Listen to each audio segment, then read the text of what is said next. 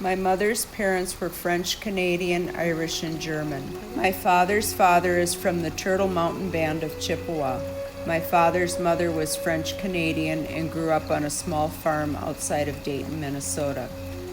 My paternal grandmother delivered my father in 1925 and gave him to her mother, Emily, who was only able to care for him for the first 2.5 months of life, and brought my father to the city, where he was placed in an infant orphanage in St. Paul. At the age of 2.5, my father was transferred to a larger orphanage in Minneapolis, where he lived for the next 13.5 years and experienced severe physical, emotional, and sexual abuse. My father was so strong and resilient, always seeing the glass half full with his life experiences. My father would begin his own healing journey in his 60s. My father was taken from the orphanage at the age of 15 years and lived in a family setting for the next 2 years. When my parents decided to marry, my mother's family did not want my mother to marry my father. I was born in 1953 on the west side of St. Paul, Minnesota, the oldest of 7 children. My father had served in World War II and was now drafted in the Korean War and was not present for my birth. My mother and I lived with my maternal grandparents for the first 16 months of my life. My mother and I moved to Washington, D.C. in 1954 to join my father.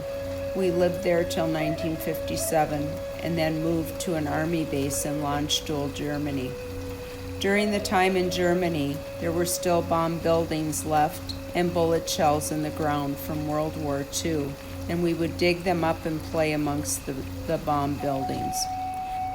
I was sexually molested while living on the military base that began to have a negative impact on my behavior as an adolescent.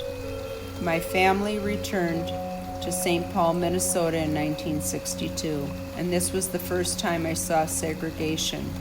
On the military base, we all lived as one. My father was not connected to his Native American culture. Therefore, it was not practiced in my home growing up. But my parents instilled that we had a responsibility to stand up and make changes for human rights through their example. My mother had severe anxiety, which caused her to not want to leave the house at times, and I became her right hand at home by the age of 7. I have great admiration for her being able to find the strength each day to get up and start a new day. Not fitting in either culture was hard as a teenager and a young adult, with no sense of belonging in either world. I began to practice my culture when I started my own healing journey at the age of 34 years, after being diagnosed with lupus and leaving a marriage that was filled with domestic violence. Western medicine was not able to make me well. I began to meet women in the community, and they became my sisters. They offered me love, friendship, and a safe place to begin my healing journey. They brought me to ceremony and taught me cultural practices that healed me physically, emotionally, spiritually, and mentally. Without these life ways, I may not have lived. An old spirit visited me and showed me how to weave ribbon and make a dress for dancing, which became part of my medicine. My 2 sons were my greatest teachers. They taught me unconditional love and the sacredness of life. They also started their own healing journey, one through dance and the other through music. I remarried and our family grew with another son and daughter and 8 grandchildren. For 28 years, I've worked in the community. The experience has given me gifts beyond measure, and I am humbled to be of service. Prevention and healing is in our culture and our traditional life ways.